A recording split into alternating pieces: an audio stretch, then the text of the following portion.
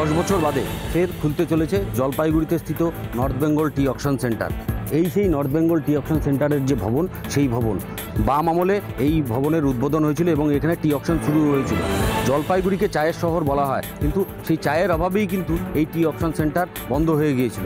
30শে March 2025 থেকে ফের এই টি অকশন সেন্টারে চা নিলাম হবে এবং জলপাইগুড়ি জেলার যত বায়াররা রয়েছেন এবং সেলাররা রয়েছেন তাদের নিয়ে একটি বৈঠকও হবে এবং তারপরেই কিন্তু 31শে মার্চ থেকে এই টি অকশন সেন্টার ফের খুলবে। এবং দীর্ঘ আন্দোলনের ফসল যেহেতু 2014 সাল থেকে বন্ধ হয়ে গেছিলো, স্বভাবতই গোটা জেলা জুড়ে কিন্তু প্রশ্ন উঠছিল যে এই যে টি অকশন সেন্টার এবং এই টি অকশন সেন্টার এখানে সচল থাকলে কিন্তু আর্থসামাজিকভাবে জলপাইগুড়ি জেলাবাসী বা জলপাইগুড়ি জেলার মানুষ যথেষ্ট উন্নতি হবে, এবং সেটা বন্ধ হয়ে যাওয়ায় কিন্তু কার্যত ক্ষোভে ফুঁসছিলেন মানুষজন। এবং জলপাইগুড়ি সাংসদের এই উদ্যোগে স্বভাবতই গোটা জেলাবাসী কিন্তু যথেষ্ট খুশি।